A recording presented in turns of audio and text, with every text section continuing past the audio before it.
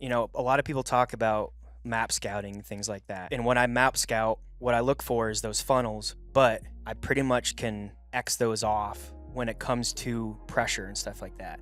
So what I do is I look for that funnel, or what I think could be a funnel on the map scouting. Sometimes I cross that off because that's right where someone's going to go in the first place. Like this one spot, 2018, me and a buddy went and scouted it, and then I ended up killing a big 10 point in there. And it was this perfect, like when you look at a map and you see it like a funnel between two swamps on this public, that's where you're going to sit. And it wasn't pressured. And this is like I talked about earlier with the hunting public and stuff. I think with them hunting a lot of the public land, they made it cool to hunt the public. So it made it harder for a lot of guys that do hunt public to hunt public land. That spot that I shot that deer back in 2018, it has a stand right in the middle of it, a ladder stand. There's guys that hunt it. Like I've got guys on my camera in there all the time. I usually mark that spot off right off the bat. And then what I do is I go in there and I go in and put boots on the ground and I just find those spots that you can't see on a map, and then I mark them on X, Hunt Stand, whatever app you use, and then I go from there. But you can find those little pinch points that you can't find on the map, that you can't find online or whatever. Just like today, I went scouting before I came here for about 2 hours, and I found this one distinct trail that came from the one side of the swamp and went to the other like river bottom side. So I was hunting I would set up my camera between that river bottom and the swamp, and it wasn't a funnel or a pinch point that you could find on your map, but I found it with boots on the ground. Lights, camera, follow the trail, ready to shoot. If you know where a deer's bedding and you know where he's eating, that deer should be dead. Camera. If you're passive on a deer, what you're doing is you're teaching them. I've got 30 bucks in the Michigan record book. Everyone but one has had at least one previous wound on his body. Some had as many as 4. The Exodus Podcast, your source for all things whitetail. All right, Cameron and I are live. We have a special guest in the office today, Curt Delattre. Pretty decent. I'm getting better. I'm getting better. That was better than earlier. I didn't. I paused mid-syllable. But yeah. Anyways, we are not here to talk about pronunciation, no. Syllables, the English Oxford Dictionary. We're here to talk whitetails, man. Absolutely. So, how the heck are you, man? Good. I'm good. Pretty big announcement. My wife's pregnant, so she's due in December. So, like, the world Did you hearing just that drop now? that Here? right now? I just dropped it now, like right as we speak. Yeah, it's That's okay. a first. It's okay because my wife posted it on the good old social media, so we're good to go. Okay. Yeah, So the family knows. The before family they listen knows. to Yeah. this. Oh Okay. yeah. Oh yeah. That's kind of a thing with Exodus content. Remember when we did the elk hunt in September with Reese? His gender reveal was on the video. We're having a baby boy. He found out what his gender of his baby was while we were in the mountains. He was FaceTiming it, and I filmed it, and they put out that it was a boy, and it's in the video. Oh, only Reese can get away with that. Yeah, and his named him Jeremiah Johnson. There you go. Born in the mountains. For anyone who's not familiar, you have a bunch of, you do your own media stuff. You're right here, I'm going to say semi-local, Northwest Pennsylvania. Yeah. Give yourself an introduction to all of the Exodus podcast listeners. Sounds good. Yeah, my name's Curt Delattre. I started, I guess you can call it company, media company. I have YouTube, social media, called Ridge Raised Outdoors. I started duck hunting out in California when I was stationed out there in the Air Force, and just pretty much started with like a GoPro. Started doing that, little editing and things like that. And when I got back home to northwestern PA, moved back with my wife and started filming deer hunting, turkey hunting. Just kind of threw it on YouTube and people started liking it and kind of just bounced from there. And then the whole public thing got huge with the hunting public and stuff. So I think that's why we got a little popular. But yeah, it's pretty much what I do. And I edit all of our stuff and a couple podcasts. And like I was talking to you guys earlier, I just had Josh Profit, Ryan Glitsky. We were down there at the road show and that was pretty cool. So, but yeah, I mean, I just a small town guy from originally from Warren, PA. That's where I graduated. Now I live up in Meadville, which is actually where you grew up, Chad, right? Yep. It's where I was cool. born. Yep. So it took me about an hour and 10 minutes to get down here, so not too bad. So you we were talking a little bit earlier. All public, strictly public. I do hunt I have this one permission property that I was talking to you guys earlier that I shot that big buck on, couldn't find. And when I talk about public, I talk about like game lands, refuge, stuff like that, like straight public. But this property that I have permission on, a lot of other people hunt too. So it's not just like a private property posted like nobody else hunts it. There's a lot of that in I Pennsylvania. mean, that's literally all it is. Yeah. Like you can get permission, but that doesn't mean you're the only person gonna hunt Yeah. there. Like I had a bunch of guys on my camera, cell cams and stuff like that, like walking through rifle, pushing, and nobody really cares. You just go through the property. I know the one farm Cameron hunts is like that, and like it's a freaking circus, man. Oh yeah, It's worse than the public. Yeah. Because they think they're on private. and they're like, honestly, it is. Yeah, but yeah, that's where I've been cutting my teeth up there in Crawford County. There's just a lot of game lands and wet land, swamp country, a lot of farm country too. You know, beans, corn, things like that. But like I grew up in Warren, so big woods. But we talked about earlier, like it's tough. Like there's a lot of podcasts on big woods right now, but like there's not that many on like swamp stuff and things like that. So is the wetlands, the swamp stuff, would you consider that like your, I don't want to say niche because but your bread and butter? Like that, is that what you enjoy the most? That's my favorite for sure. That's what I hone in on is when I look on the map and stuff like that, when I look on my phone, I look for just swamp country and marsh and stuff like that. You know, I started hunting when I was like, you know, an EPA guy, 10, 11, 12. Every single deer, every single buck that I've killed has been on public land, but the last deer that I killed, if that makes sense. Yeah. The last deer that I killed was one of my buddy's properties, the first day of rifle last season. He just bought the property and he asked me to come hunt it. Yeah, I'm going to come hunt it. Oh, but yeah. especially first day rifle, like it's just ridiculous there. It's the Orange Army. But anyway, since I've been home, when I got home from the service in 2017, every buck that I've killed has been in the swamp as well, other than the last buck that I killed. Okay. So a pretty good track record in the last six years, yeah, man. 5-6 years, yeah, for sure. I love the swamps for sure. So what does that look like to you? Because we've towed around in the swamp a little bit, Right. And just from following Dan's content and Joe and those guys, they make it seem really, really easy. Like Oh my go out and do your gosh. spring scouting, Yeah. find the beds, and hunt a bed every evening, basically. Yeah. What was it? 3 years ago, Cameron? 4 years ago? 3 Uh, years ago. It was the first three- year that you yeah, started. 3 years ago. I decided, whatever. I want to spend, we have a lot of that around here. The deer density is not great. The age structure is not fantastic, but it's right down the road. Like, let's go mess around with it. And I had done some postseason scouting, found some islands, laid out your typical bedding areas. Season opener, man, let's go kill one, man. Like, this is like a slam dunk. We couldn't even get out there. And I pride myself on navigation a little bit. Yeah. Like, That's a like shit I show. like maps, and I'm pretty good in the woods of like knowing my orientation. Like, this is north, this is Yeah. Dude, we couldn't even get to where we wanted to go because like we had to cross water, and then I'm like up to my chest in Dude. water. The bugs in September, my late gosh. September, early October, it was hot that day. The bugs were terrible. It was miserable. That was my only swamp hunting experience. My last swamp hunting experience. Fair I have enough. not gone back. I'm glad that you said that, Chad, about Dan and Joe making it seem easy, because they do. Like, but it's not easy.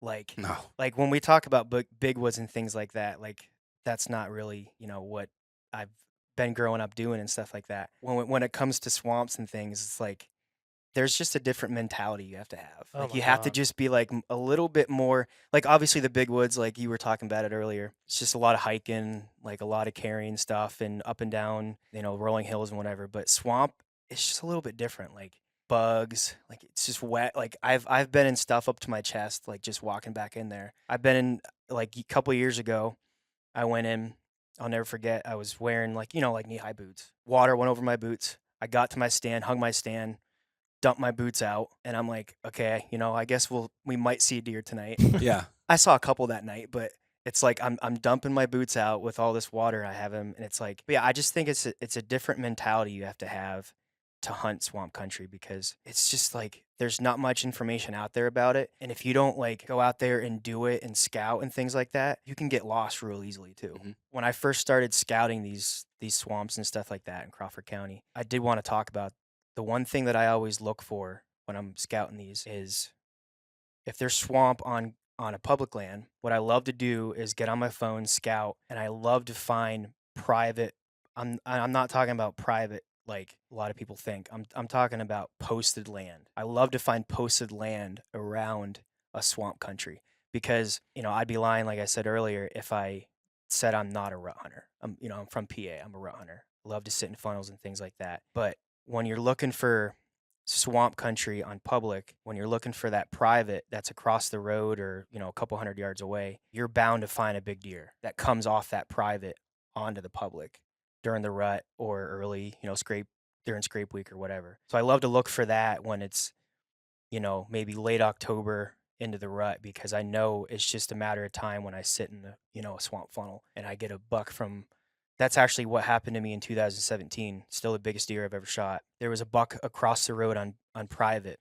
I didn't know about him, but it was just a matter of time. He came across. He crossed the CRP field and came right over in the swamp funnel that I was sitting in, and it was just meant to be. So, a couple questions. One on the posted side. Obviously, I don't know of any mapping tool that tells you that. I mean, you could see private, public, but you got to do a little bit of homework, boots on the ground, maybe some time behind the wheel, knocking on doors to figure out for sure what is going on there, right? Yeah. So you can't actually find it on, like, what I'm saying when I look at it is I find a game lands or whatever, and I find just people that own around that public land. So, and then what I do is, like you said, get behind the wheel, drive there, and if I find a bunch of posted signs around that public land, I usually know, or I think in my head, there's got to be a couple big deer around here, unless that posted land gets really pressured. But that sometimes can lead into an advantage for you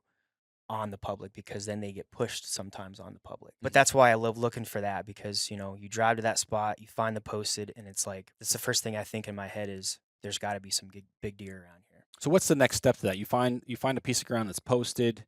In your mind, you're thinking, okay, this should have less pressure. Yeah. Like, are you going into the public, into the swamp to scout transitions, or what does that look like as far as finding deer sign, maybe finding a buck, finding a deer or where to hunt on the public side? So, a lot of people talk about map scouting, things like that. And when I map scout, what I look for is those funnels, but I pretty much can X those off when it comes to pressure and stuff like that.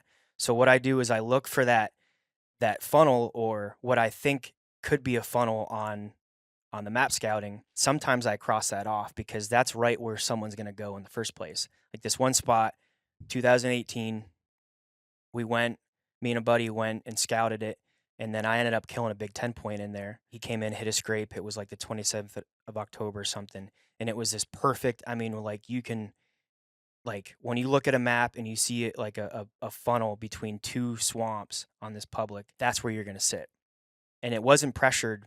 And this is like I talked about earlier with the hunting public and stuff. I think with them hunting a lot of the public land, they made it cool to hunt the public. And so it made it harder for a lot of guys that do hunt public to hunt public land. So that spot that I shot that deer back in 2018, it has a stand right in the middle of it, like a ladder stand. There's guys that hunt it. Like, I've got guys on my camera in there all the time.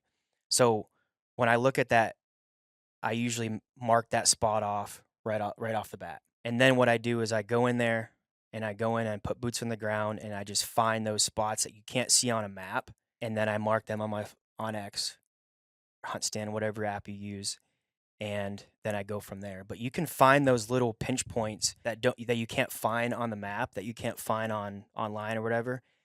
Just like today, I went scouting before I came here for about 2 hours, and I found this one distinct trail that came from the one side of the swamp and went to the other, like, river bottom side. So I was hunting between, I would set up my camera between that river bottom and the swamp, and it wasn't a funnel or a pinch point that you can find on your map. Yeah. But I found it with boots on the ground. That stuff's interesting because we talked about that in hill country. On and off. I don't know. It's probably been a couple of years since we first started talking about it. But yeah, when I first ventured into hill country, like, everybody talks about terrain features, topography, and everything. Deer are going to use saddles. So, like, every single saddle, you just drop pins and you go scout them. And then over time, it's like, all right, well, everybody is looking at the obvious stuff. Drop pins, you can put cameras there, you could scout or whatever. And from our experience, like, we found more people sign basically the same thing you're saying with these pinch points between, but in hill country. And it's funny because I was just listening to a Randy Newberg podcast with Corey, and they're talking about the same things out west, like the obvious stuff. Like everybody's looking at the same stuff, and I just think in my mind, we've seen like this evolution where we go from, USGS, like paper maps, where like nobody was really doing that, not for whitetails, maybe in the Western world. And then now we have so many digital tools at our fingertips. Like everybody is into this, and the obvious stuff is not good anymore. And everybody's going to like the secondary stuff, the stuff that you can't see, like the benches that we talk about. A lot of times benches, like you can find a bench that's not obvious on a topo. It might only be 10 or 15 feet wide. Those elevations don't show up. Because the elevation lines are wider. Exactly. Yep. This stuff can be really good.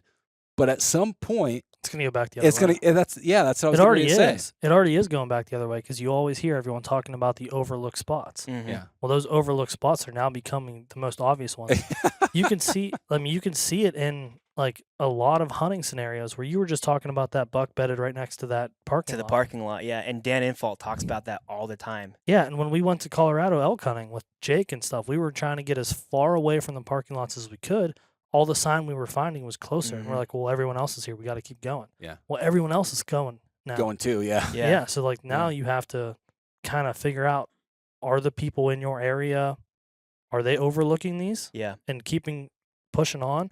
Or are they the people that are just going to hunt the typical spots? And then you have to go do that. But you have to figure that out. Yeah. Boots on the ground is the best thing It always to comes do.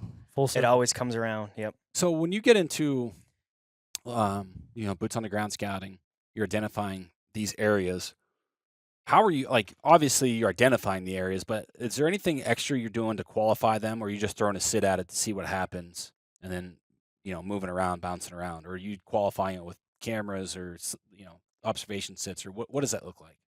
Yeah, so my favorite time, like a lot of people, is that February, March time to go out and scout. But what I'm doing right now, it's middle of July, middle of July, and I'm just going out and I'm finding those funnels, but I'm also finding like those community scrapes as well.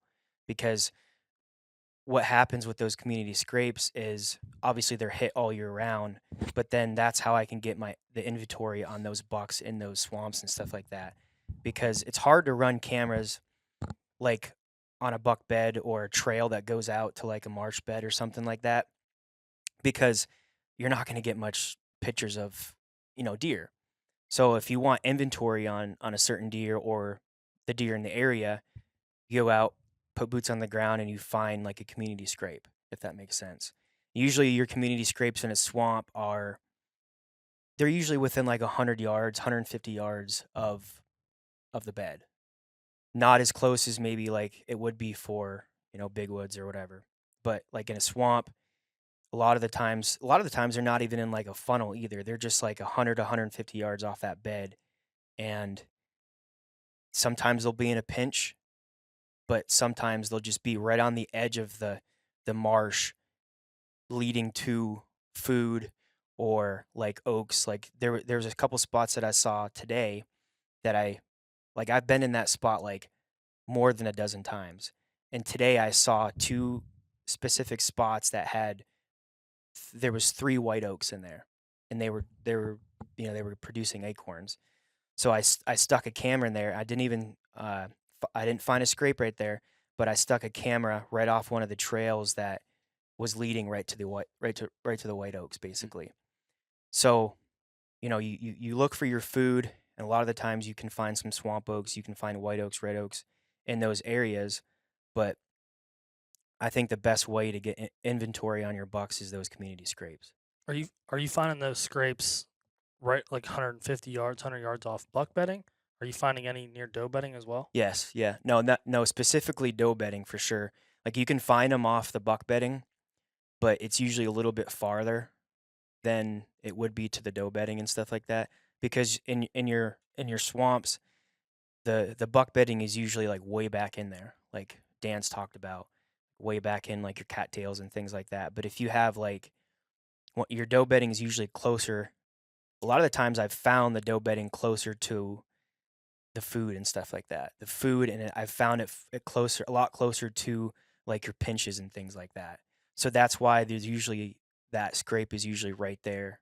And a lot of the times, like you can look on your map, and a lot of times I can be like, there's probably going to be a scrape here, there's probably going to be a scrape there. And it's usually within 50, 60 yards or whatever of when I map it on my phone.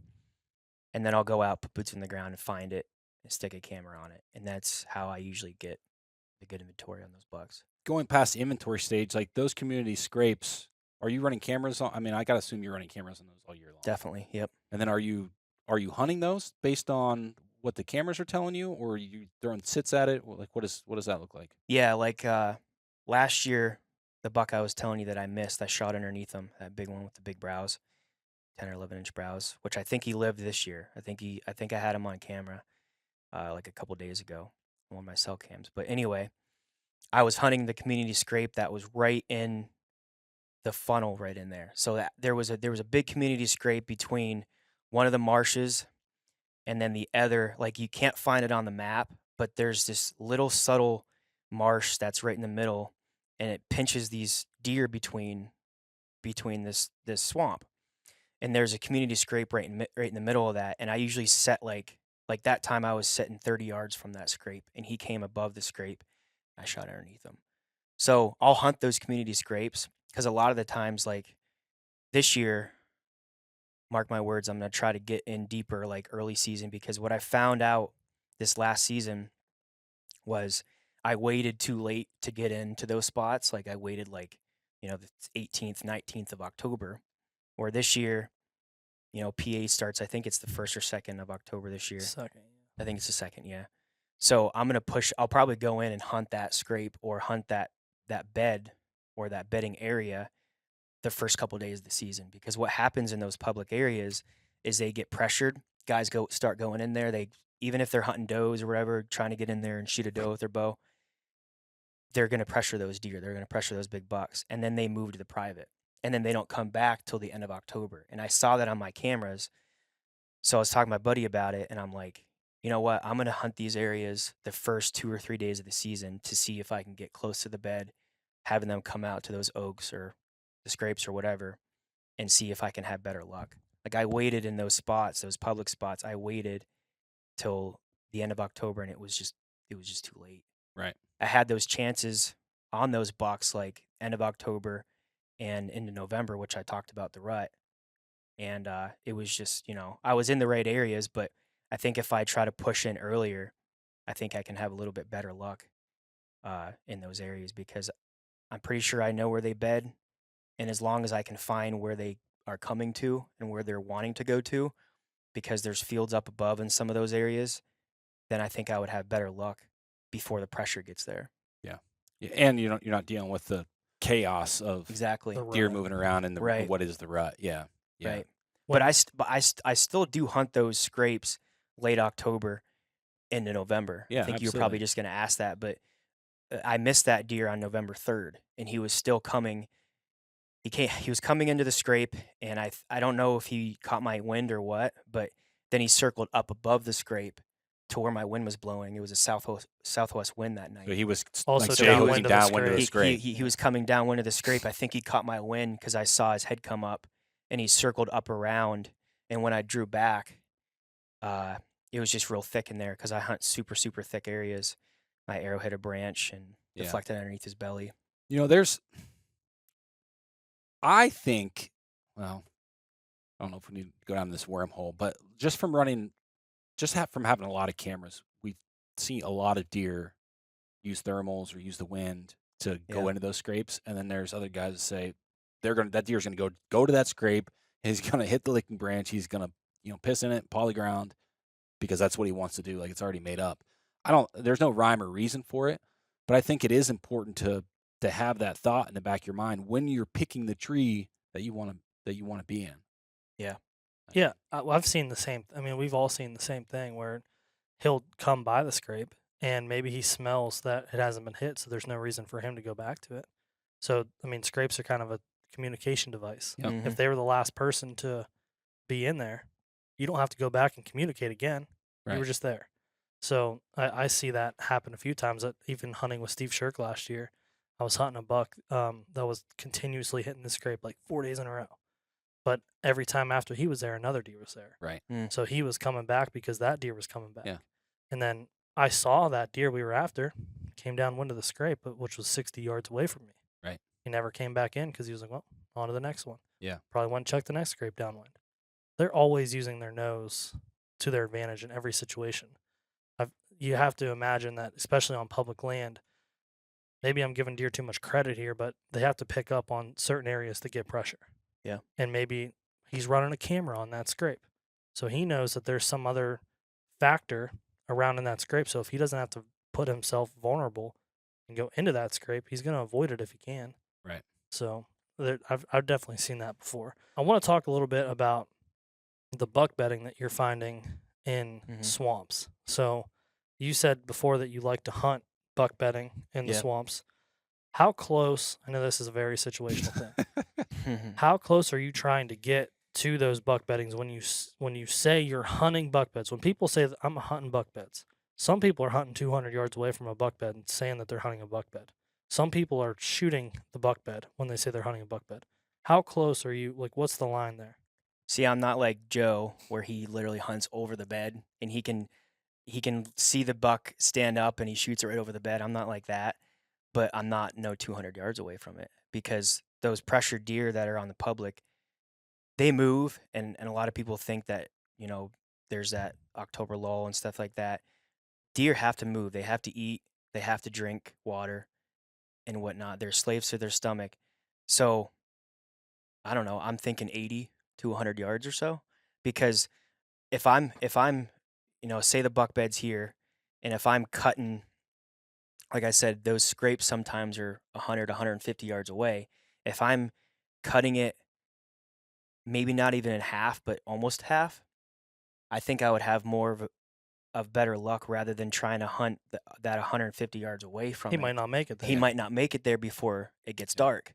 So if I cut that almost in half, to 80 yards or so, I've heard big bucks get out of their bed, but a lot of the times they'll take 15 steps in a matter of a half hour, and then it's just too dark. I got two really good examples of that from last year. Mm-hmm. One in Kansas and one in like pretty steep, rugged hill country. The deer that I shot in Kansas, I was 75, 80 yards from his bed, and that deer left his bed, got to the edge of cover, and stood there for 5 minutes.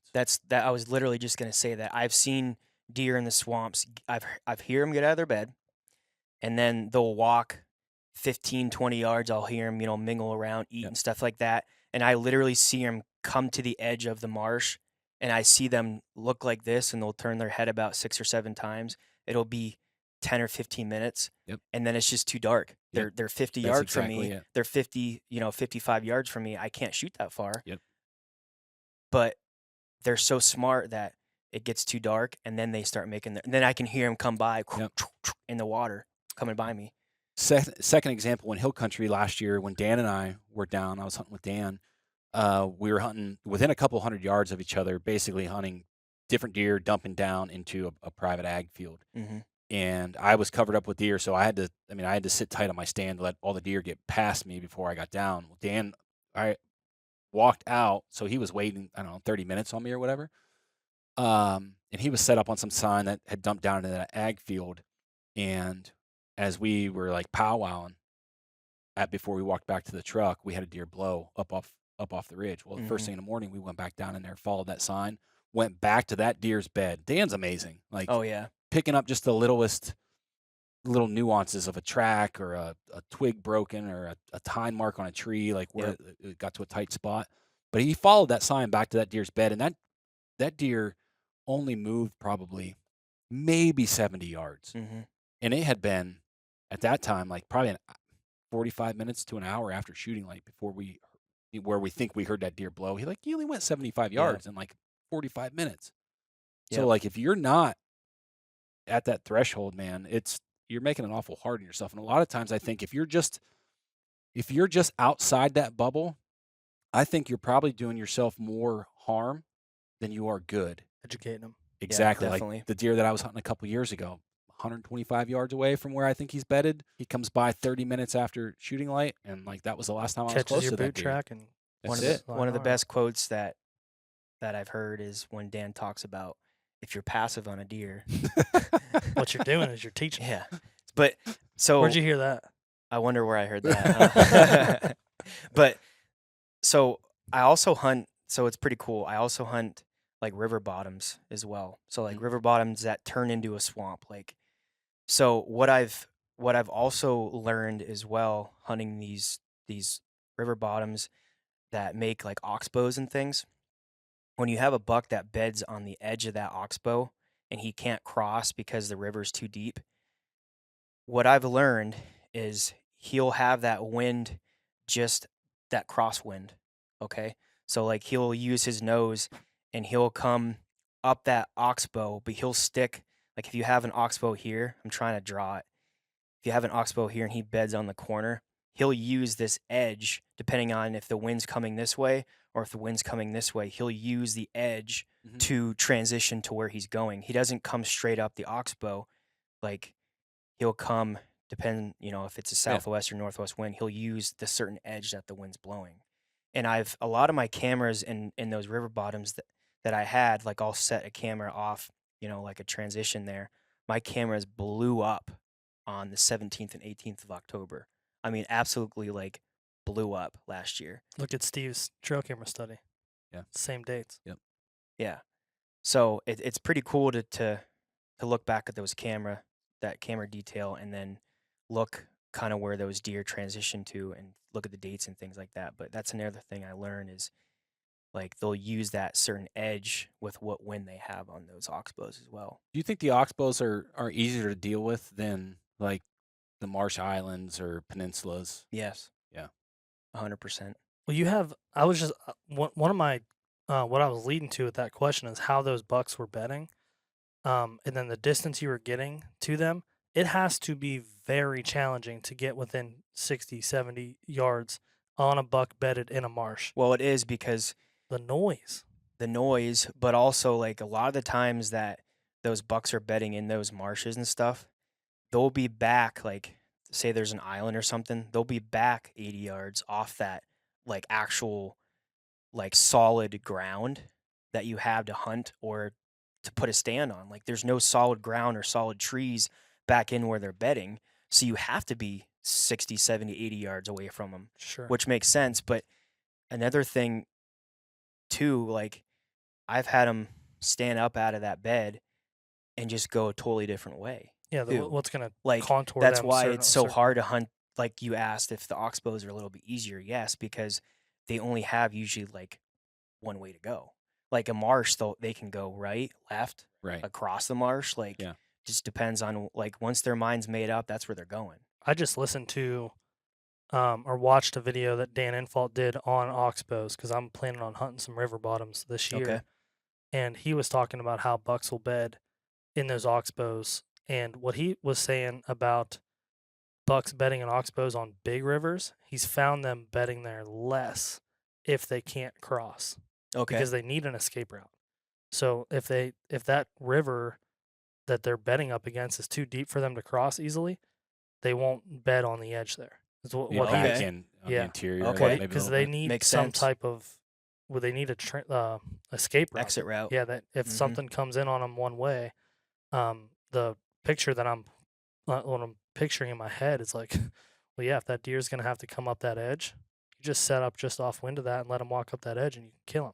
Regardless if you get in there too close or not, he can't go the other way if he can't cross the river. So he was talking about how he found in almost every scenario where there was a river and there was an oxbow, there was buck bedding there, unless there was a really big river and they couldn't cross it. Was one of the things that he was talking about. One of the things I think, and I've never seen this personally, this is me just regurgitating some stuff here or watching videos or watching stuff, but I think that I see this in hill country sometimes where I think there's a ridge or a hillside is too steep for or maybe even drainage. I'm like, deer ain't coming up that. And then I see a deer come up that. And I think it's probably the same way with some water, bodies of water. Yeah, like definitely. you think that the water is maybe deeper or too wide to cross, and you get surprised on what deer can actually put themselves through. Like in the moment of truth, like do or die when that comes. Yeah, for an Sure. escape route, like a deer's Right. trying to get away. There's deer that swim the Mississippi. Yeah, which is bananas. Yeah. So I was thinking about that when he was saying that too. I was like, well, it has to What's be a big? pretty dang big Mhm. river. Yeah. What can't they cross? I'm Right. sure in what you were talking about, I'm sure that river was big enough that if they had to, in life or death, they could escape. Sure. Right. But the swamp bedding is really, or marsh bedding or whatever, is really intriguing to me because I have one experience with cattails. It wasn't a swamp. It was just the cattails flew around a Mhm. pond. And I thought to myself, like, this is going to be so easy because I don't have to enter the cattails. So he's not going to hear me. As long as my wind is right, he can't see me because the cattails were so thick Yeah. that when you got in them and you looked down, you couldn't see your feet. So he can't see anything. Their biggest advantage there is noise. So if you don't get into the noise barrier, you're home free. So that scenario did work out really easy for me. But when you're talking about marsh bedding where bucks are bedding way back in the marsh, you have to go through that sound barrier. Yeah. So getting close to them is like, It's just yeah, that time that you were talking about, like, dude, we were so loud Mm-hmm. coming through there. Yep. If there was a buck on that island, long gone. we were 300 yards away and he was gone. Yep. So that's like what I'm trying to picture in my head is like, how in the world are you getting close to them? And what are you finding as far as the beds? Are they in those areas where they can't see? Or is their biggest advantage noise and wind in that situation? Or are you finding them in scenarios where like they can see out? They're just on the edge. a scenario that I can picture in my head would be like a spot where I missed that big one. So and I knew he came from the one side of the bed, but what happens with this transition is he comes from that marsh bedding and he transitions to where I was at. But he's probably 300 yards from a road, which is kind of far, but it's not that far if you think about it. So he's bedding there, and what they do in those swamps is they usually enter one trail, and then they'll kind of almost J-hook around, and then they'll face where they think Cover their back. yeah, they'll cover, yeah. So they'll face where they're going to exit, but then they'll have the wind to their back. And then whatever wind they have, they'll come into that wind and then they'll exit. So a lot of those beds that I've seen have been close to parking lots, have been close to roads and things like that. And then the transition areas where they'll come eventually and then to the food. So a lot of those beds that I find are beds you can find on a map, but some of those beds that I'm finding are just boots on the ground. Like you walk in there and you just have to wear hip waders or boots that are knee high or whatever, and you're getting in there and you're making a bunch of noise, but you have to find them, and sometimes they're there, sometimes they're not. And a lot of the times those beds that they do have, they're not used a lot.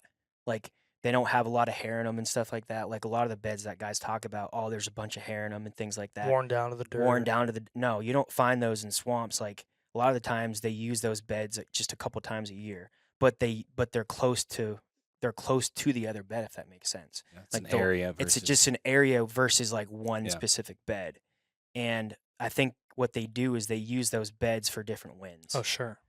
So, I mean, obviously that's pretty self-explanatory, but when they use that bed, I've actually seen deer in videos and stuff. Like I have it from the last couple of years. I'll film, like I'll see a buck get out of its bed and then he'll move 10 yards and lay right back down in a bed. Just switched. Just because the wind switches or whatever. You know, a lot of the times they're deer that I won't shoot, but I'll see them get up and I'll see their rack or I'll see whatever, and then they'll move 10, 15, 20 yards, bed right back down.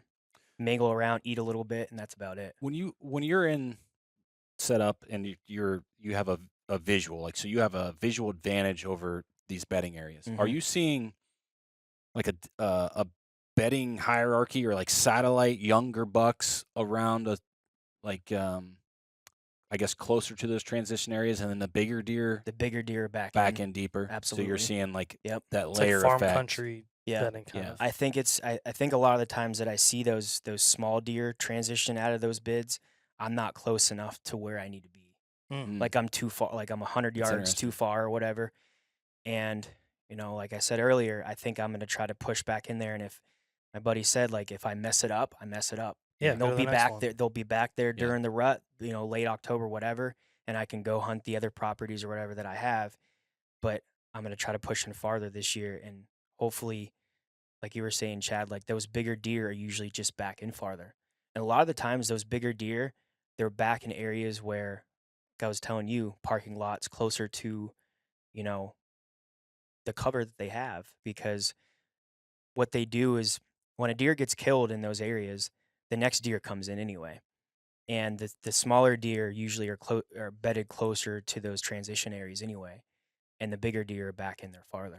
So what's going to be your approach to access? Like if you know you need to get past those satellite deer, those younger bucks, like that's the biggest challenge. Like how do Yeah. you get through them, not knowing where all those different beds are? Or maybe you do. Maybe you've done enough scouting to know where they are. Yeah, like the spot I scouted today, like you park at the one parking spot, and it's like a hidden parking spot. So there's usually not any guys there. Like today I went in there, I parked, walked across the road. I'll probably give the spot away, but it's whatever. I'm pulling my map up. Right Yeah, now. right. So I usually walk about 3/4 of a mile back in there, and then I have to cross this creek that's usually extremely low. Like today it was pretty low because it hasn't rained that much this summer. But during the season, when we get rain and things in October, it's a little bit high. So a lot of the times I have to wear my knee-high boots to get across. Like today I had to wear them. A lot of times I can just cross, and then what I do is, like, if the buck's bedding like back towards where I came from, I crossed the creek today and I just walked right through the one area to access, and then I can kind of loop around back to where those oaks were at. Like I don't stick towards the edge, Got it. towards where Backdoor 'em. this, yeah. So I usually kind of loop around. Like if like Jake's talked about it a lot. Like a lot of times he takes the longer route just to get to his access. Like a lot of guys, they'll go in and they'll take the easiest route, quickest route, fastest route, whatever. A lot of times I just try to take I'll go up a creek, cross that creek, and then I'll kind of loop around and I'll get in there and as quiet as I can, slow, and just try to get as close as I can. A lot of the times I do bump the deer, but what are you gonna do? That's that's something that probably Dan kind of opened my eyes to is like even that deer in Kansas last year. I'm sure I probably bumped that deer out of its bed the day before I killed him. Mm-hmm. Yeah, you were in it. Yeah, I was standing in his bed. Yeah. Yeah. So I think that I mean, every deer is different, but there's a certain threshold that they will put up with. Like I don't think that you bump them once and then they're. I mean, maybe some guys think that way. Well, sometimes they have a bunch of other places to go. They always Yeah. have some type of backup. Yeah. And there's some scenarios like where maybe farm country or stuff where there's a lot less structure. They have to come back. Right. Mm-hmm. There's not, like, where are they going to go? 7 miles away because you bumped them one time? Right. Most likely not. Right. They're going to go somewhere they're familiar with. Yeah, and then they're going to circle Exactly. back to their most comfortable spot. You bumped them out of their bed. They survived. They're like, it worked. Cool, I'm safe there. Right. They're going to come back. Yep. I think a lot of times when you do bump a bed in the swamp, though, I know Andre's talked about it. Like I've never done the bump and dump thing, but he'll come back to that specific area. Maybe not like that specific bed, but he'll come back to that specific area and he'll be 20, 30, 50 yards, whatever, away from that bed he was in that morning. He'll come back to that. And I think that's just my opinion, I guess. From what I've seen over the last couple of years hunting those swamps, they'll come back and they'll be in there a day or two later. So I don't think bumping those deer out of those swamps, I don't think they're 5 miles away anyway as well. But I don't think they come back to that actual bed, but I think they come back to the bedding area. If that Sure. makes sense. Yeah. No, it does. It does. Because they make that their home. They make that marsh, that swamp their home. And they, talked about earlier, they have 5 or 6, 7 beds in that area. And I think whatever one they have, but if they do get spooked, I just think they're going to pick one of those other beds to go to. Yeah. Whether it's, a couple 100 yards away or if it's 50 yards away, they're going to come back, but they're just not going to come back where they felt or heard, that pressure that they got. The island example that Cameron and I were talking about earlier from, a few years ago, Mm-hmm. it was when the water's high, it's an island. When the water's low, it's more of kind of like a peninsula, basically. But when I was out there scouting that, there were beds kind of along the perimeter, along the edge, but it's not. I don't know how. Did you ever? I did you didn't ever- get. Never got to. You never got out that far. It's not very big. It might be. It's too big to shoot across. So you couldn't set up on one side and shoot the other side, even if it was like open, which it's not. So maybe like 70 yards. Yeah. By like 40 or 50 yards wide, something like that. But the beds were just all scattered kind of all Makes around. Sense. So not quite like more confined than what you're talking about. I assume that's just wind, like on a north wind, they're on the south side. That's exactly west what wind, it is. they're on the east side. Yep. Now those ones you found, you said like when the water gets high, that's where they're at on that island. Is that what you're talking about? Well, I can't really say when they're there, but when the water's high, it is an island. Yeah. Like it's 360, like there's water all the way around it. When Gotcha. the water's lower, Low. it turns into a peninsula. And Okay. the river system it's a giant swamp that's kind of runs parallel to a river system. So when the water's real high, the whole thing's in underwater. But when the water's down, the water table's down, it's not really an oxbow, but there's just a pinch that runs along the river and then dumps into, it just looks like a peninsula, like a thumb, basically. Gotcha. Okay. Yeah, makes sense. Yeah, they scatter around like that a lot. Like you'll find that in those oxbows and river bottoms too. But the thing about those river bottoms and oxbows, like I don't think they're scattered around as much as they would be in like your marshes or like whatever you found, like an island, like where they have to bounce around a little bit. Like usually when you find those in the oxbows or like a river bottom that you have, there's usually, you pretty much can tell where they bed. Or like you were saying earlier about it being too deep, they might bounce around a little bit just depending on how much rain or how deep that river is. But I think you can usually do a pretty good job of figuring it out, just getting your boots on the ground and just finding them over there. So when I keep going back to the bedding thing, but I'm trying to figure out as much as I can in an hour about swamp bedding. When you said that you can sometimes on the map, you can be like, okay, there's probably going to be a buck bed here, buck bed here. What do those areas look like? What's the structure look like? I think like hill country, you're looking for points. In the swamp, what are you looking for in terms of bedding?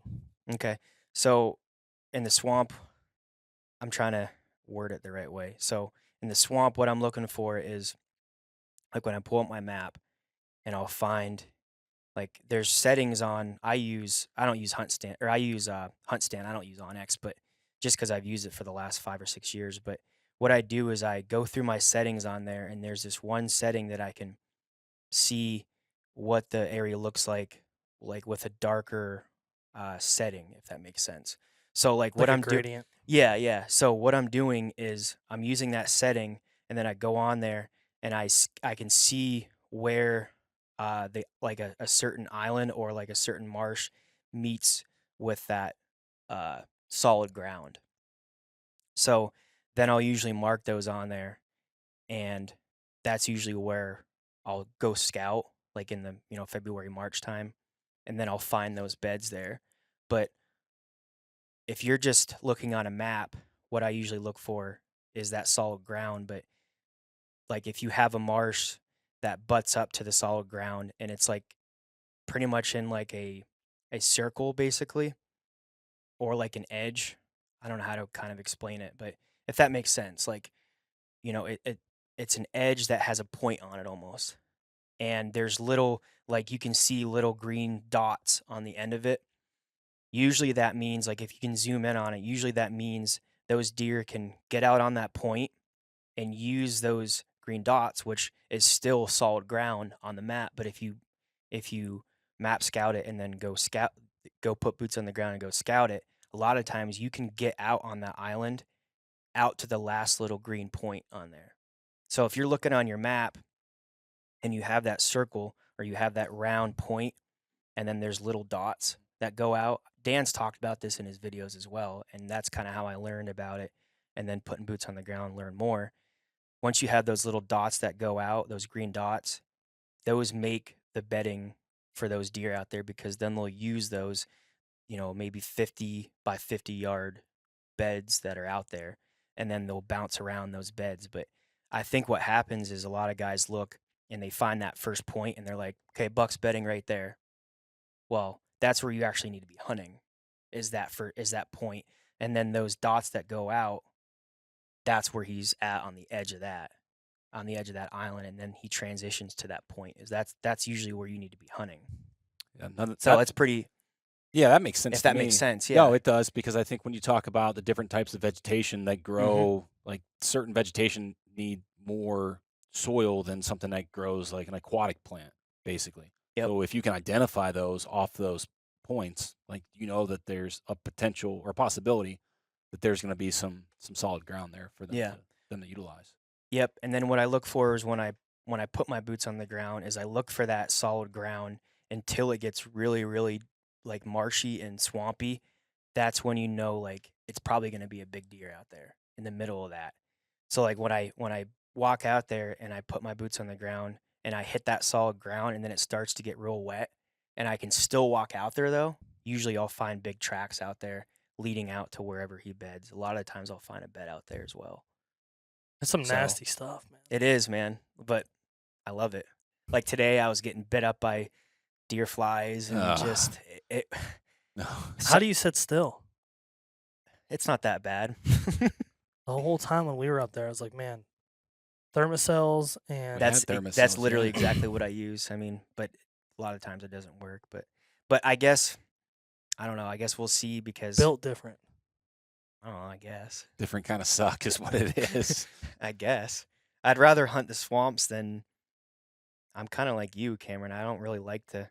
Like, I grew up hunting big woods, but I'd rather hunt the swamps and hunt those rather than walking 3 miles with to see a stand. Yeah, exactly. There's not much, in the big woods. Like, I don't know. Which, when you find a swamp and there's water and there's islands, oxbows or whatever, I'm going for it. That's that's the picture that you're looking for. Yeah. Yeah. Because I know there's going to be big deer. And I know there's going to be usually a lot of deer out there. Like I don't usually see a lot of deer when I go out hunting. Like we were talking about earlier, if I see 3 or 4 or 5 deer a night, I'm good. Like it's That's good to go. A lot of times I'll see 1 deer and I'll be like, okay, well, at least I know where they're coming from or whatever. I'm not like a farm country kind of guy where I'm seeing 15, 20, 30 deer a night. If I can go out and if I can check off that night and be like, okay, I saw 5 or 6 deer, I'm golden. That's my biggest issue with hill country is you sit there and it makes you second guess yourself so much because you don't see anything and you can't learn anything from it because you didn't see anything. If, like you said, if you see 1 deer, it taught you something. It told you something. If you sit there in the big woods and don't see anything, you're just like, well, I'm not where the deer are. But on my camera, they're here every day. So I'm going to sit here for 5 more days. And we talk about that loop, that 4 or 5 day loop. You could be on the very end of it, or you could be at the very start of it. You could sit there for 5, 6 days and not see anything. And the 7th day, he was there. Yeah, you go into a scenario like that. It's like if you're at the front end of that pattern, you could be set up wrong. You could have busted them walking in. They could have smelled you from 200 yards away, and you don't know. And then you never see anything, but you're like, well, there's a pattern here. It's frustrating. Mentally, it's hard. I like when we talk, obviously I love the big woods. Like that's what I gravitate towards. But there's 2 different kinds of suck to it. You have the physical side, definitely, but then the mental side to me is way worse. harder. It's way worse. Way harder. Definitely. Are you using your trail cameras in long-term sets in the swamps as well, or is it all short-term? No, it's all long-term. All long-term. All long-term. Yep. So like usually the only time that I don't have my cameras set is during like spring gobbler or something. There's not much turkeys out in the swamp, so I don't really need to be running my cameras, and the deer just, you can't really tell what they are, but I'll start running my cameras in late May into June, and I'll leave them there until rifle season. And you're picking up on those same types of patterns that people are seeing? Same patterns, yep. Like my favorite time in October to hunt, other than the first maybe couple days, which I'm not a huge, early season hunter, is that 17th, 18th, 19th. Like right before they start really hitting scrapes, there'll be, a lot of daylight pictures I have, especially in the morning, like a lot of morning pictures, and like 7:30 in the morning, 8 o'clock, where guys aren't, out hunting. They're at work. Like Yep. I was at work those couple days. Like the one shooter I had, he came and sat in the scrape for 20 minutes in the scrape that I was going to hunt on the 18th of October. The buck that I hit and didn't find. He was there bedded in the scrape on the 18th of October, like waiting. Like, where you at, man? Just chilling. Just chilling. And then what happens is, I think in PA what happens is those first couple days are super, super good. Like a lot of guys kill big deer the first couple days. Then you have that quote unquote lull, which I don't believe in. I just think it's pressure. I think it's a couple things. But then like that 16th, 17th, and 18th, 19th, whatever it is, they get back up on their feet. They start daylighting again because that's right before they really start hitting scrapes and things. And then like you'll see a little bit of a drop off till about the 26th, maybe 27th. And then from then on, you better be in the woods. All hell breaks loose. Yeah, exactly. Like I'm so excited. Like every year I usually look on my phone, like please Halloween, please be on a weekday. And it is this year. It's Monday. It's a Monday. Yeah. Why is that? Oh, just because other guys I absolutely love Halloween. But why do you want it to be on a weekday? Yeah. Because I'm taking off work and I'm hunting like a lot of guys. My favorite day to hunt, I've killed, I can't remember how many deer the last couple years. I don't know, we'll say 3 or 4 on public have been on a Tuesday or Wednesday. Middle of the week. Middle of the week. And a lot of the same area that I shot that big one, my buddy killed one on a Wednesday last year in the same exact spot. Rattle him in on that public. Nice 8 point. So I looked on my phone this year and I'm like, okay, well, Halloween's on a Monday. And then 1st, 2nd, 3rd, 4th, which are like all the best days, all weekdays. I'm like, heck yeah. Which 7th and 8th are usually my favorite of November. But Halloween on, man, it's go time. So you said those cameras are always in long-term sets. Are you still checking them in the season? I check them, yeah. I usually check them on a Sunday. Like we can't hunt in PA on a Sunday, Sure, so I'll yeah. go check real quick in the morning or even in the daytime, like right in the middle of the day, like 2 o'clock in the morning. I don't want to try to pressure them, deer in their beds or whatever. I'll sneak in there real quick on a Sunday, pull some cards if they're not cell cams, get the heck out of there, check them at home and see what happens. Are there any other like hot spots for trail camera locations in swamps other than the community scrapes? What are some of the other areas like? Just funnels, transition areas. Just like any other. Just like any, yeah. I mean, the one spot that my cameras lit up from Halloween on was that spot that I missed that one.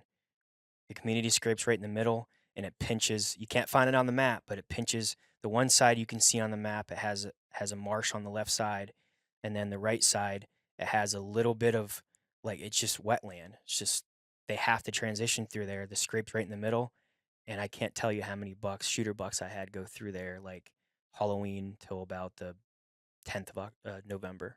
So when you are hanging cameras, you're putting them out in late May. Yep. Do you shift them throughout the year? Oh, definitely. I shifted 2 today, just going out this morning. I shifted 2 because wasn't getting what I wanted on them.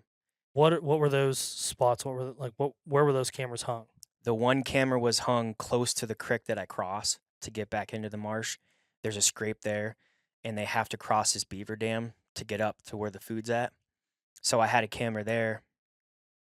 Last year I had that buck with the big brows. He was transitioning there to go up to the food. I moved that camera to that scrape because I had it on the trail that it had across the beaver dam last year. There's only 2 spots that they can cross that creek. One of them's a beaver dam, and one of them's where I have to come across and then cross the creek to get up. So I had a camera there, and then I had 2 more cameras on community scrapes that were in there. One is right on the edge of the buck bedding, and then the other one is right where I have that cell cam, right on the edge of the doe bedding. So the doe bedding was closer to that transition area, and then that one community scrape was closer to the marsh where the bucks bed back in there. Makes sense. So then I moved the one camera to this morning. I stuck another camera in there and I put it off the one distinct trail that is about 40 yards off the solid ground there where they bed back in there. There's a huge trail. First time I went in there, that's where those oaks were at too. So I got really excited. I put a camera there and I aimed it down. I put it about 6 feet high, aimed it down, and we'll see what happens. This is just a regular camera that I have in there, not the cell cam, but I'll probably check that middle of August, end of August, and see if we're good to go. And if I'm getting good deer through there, what I'll do, I was thinking about it today, what I'll do is I'll transition one of my cell cams to that and then put the standard SD card closer to where I can just bounce in real quick Check it. during the season, check it, pull it, Yep. walk across the creek, pull it, and then go back home. Makes sense. Yep. Yeah. It's just the trail camera strategy doesn't seem to change whether you're in farm country, hill Not country, really. swamps, river bottoms. You're looking for scrapes, food, transitions, funnels, all the general stuff, and like as deer transition, your camera's transition. Yep. Makes sense. Exactly. Do you have a particular, say you were trying to hunt a deer that opening day, that opening week of season, do you have a favorite trail camera location in the first part of October or into September? Are you like, well, would you rather have a camera on a scrape or food in that scenario? Are you talking about like for that first couple days of the season in October? Yeah, like early October or late September. Like Ohio would open September 25th this year. It's a good question. I'm just a scrape guy. I mean, I'd be lying if I didn't say a scrape because that's just what I look for. But Sure. but I'm super excited about that camera I put in there today where With the white those oaks. white oaks were at. Like they were, I know they're producing. I looked up and they had little buds on them and stuff. The other one was about 40 yards to the left of that. There was 3 there, and I'm super excited to see what that produces because that might be my new favorite spot. I know I'm going to try to sit because that's about 70 yards from where I think the one's bedding. So I think what happens in that spot, I think that's why that distinct trail is there because it's on the edge of that solid ground where the marsh is at, but it's also where the food's at right there. So and it makes sense. Sounds like a dynamite spot. Right. So I marked that location. I put the camera there, and I'm gonna check it end of August. And if there's anything transitioning through there, stick that cell camera there, and I think Let it's it a rip. done deal. Yep. Cool. Chad, So- do you have anything else? No, not to add on that. We've been going for a little over an hour here. So, Curt, I learned a lot today. So thanks for sitting down with us. Thanks for having me. I really appreciate it, guys. Take a couple minutes here and plug what you got going on. Tell people where they can find you. Sounds good. Yeah, so if you guys just go on YouTube, that's kind of the main thing that we do is it's called Ridge Raised Outdoors. Northwestern PA, public land. I edit all the stuff. We got a podcast as well, but if you just type that on YouTube, we have a lot of videos on there. Public land hunting, turkey hunting. There's a couple turkey videos on there. I do gear videos as well. Like I reviewed the .75 from Lone Wolf Custom Gear. I have the .5. I reviewed that. Beast sticks, all that stuff. I do some bow reviews as well. But yeah, and then social media. You just go on Instagram, Facebook, search Ridge Raised Outdoors, and I'm on there. So then if you want to follow me on Facebook personally or Instagram, it's just Curt Delattre. If you just search my name, it should come up. Cool. Thanks, man. Appreciate it, guys.